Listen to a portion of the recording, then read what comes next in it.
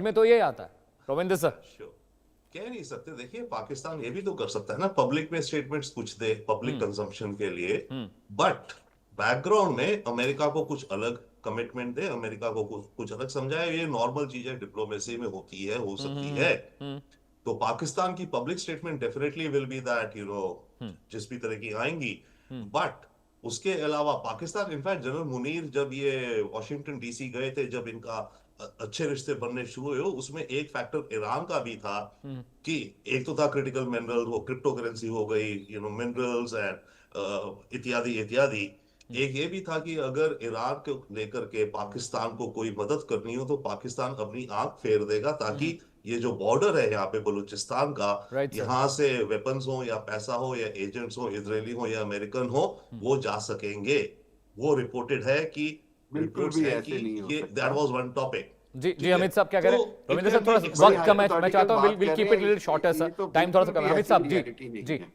जी जी, मेरा हाँ नहीं ख्याल कि इसके अंदर कोई रियलिटी है। अलबत्ता पाकिस्तान तो कभी भी नहीं चाहता कि कोई ऐसी ईरान में हुकूमत आए जो इसराइल की फेवर में हो, या अहमद रजा पहलवी या इस जैसा कोई आए लीडर, जिसकी वजह से पाकिस्तान जो है वो हमेशा से ऑलवेज इसराइल के खिलाफ रहा है, इसराइल को अपनी थ्रेट समझता है, और पाकिस्तान कभी नहीं चाहेगा कि ईरान ठीक है, का जो I'll go कंट्रोल towards है। पूर्णिमा जी, जी पूर्णिमा नाथ जी।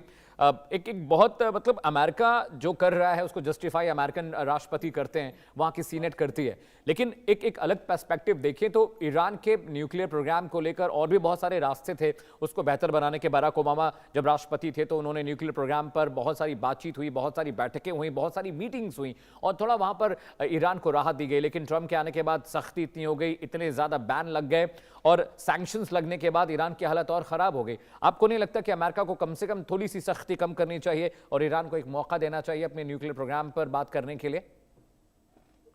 पूर्णिमा ji. It's a very good question. America क्या इंडिया को मौका दे देते थे?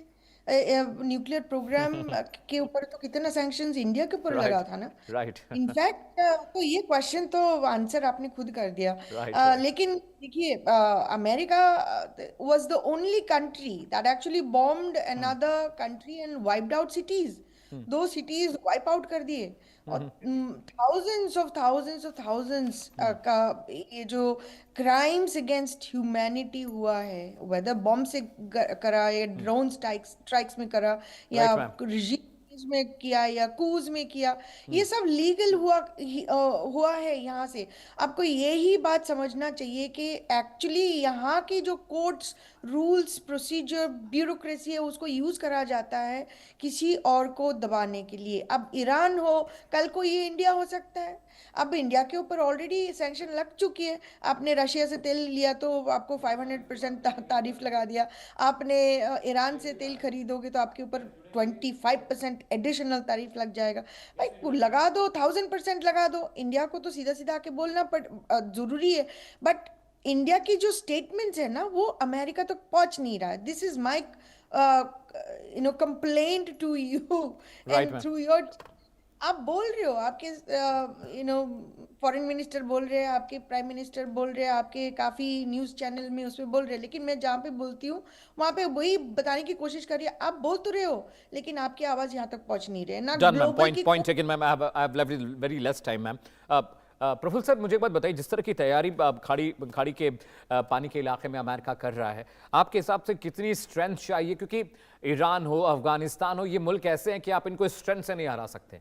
तो जिस तरह की तैयारी अमेरिका कर रहा है, आपको लगता है कि अगर अटैक होता है ईरान पे, कितना वक्त लग जाएगा, क्या स्थिति होंगी, क्या तस्वीर होने वाली है सर? जैसे सिंपल सी चीज़ है, ऑब्जेक्टिव क्या होगा वॉर का? Right sir. वॉर का ऑब्जेक्टिव क्या होगा कि उसके कुछ टारगेट्स डिस्ट्रॉय करो, कुछ आदमियों को मारो, क्योंकि आर्मी तो जाके इन्वेड नहीं करेगी अमेरिका की। Right sir. अमेरिका के पास इतनी फोर्सेस है नहीं कि वो नॉर्मंडी टाइप लैंडिंग कर दे और इन्वेड कर दे। सो वो it will be a counter productive. Yes, वो 3-4 न्यूक्लियर रिएक्टर्स को और बॉम्ब कर देगा, 500 से 600 1000 लोग मार देगा, इतना कर सकता है।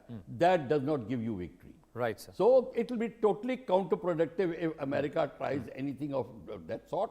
पर मैं ये भी बता दूं कि अमेरिका को इस समय पर ही प्रॉब्लम खड़ी हो जाएगी, क्योंकि their fleet is now exposed to other Right. invasions Right, of sir. Houthis and other terrorist elements sir. and all. Other rebels. So it will be a long drawn thing, and they will land up in again misidentification, shooting down an airliner or something like this. ये सारा का सारा game शुरू हो जाएगा. Right, sir. It will be long drawn affair.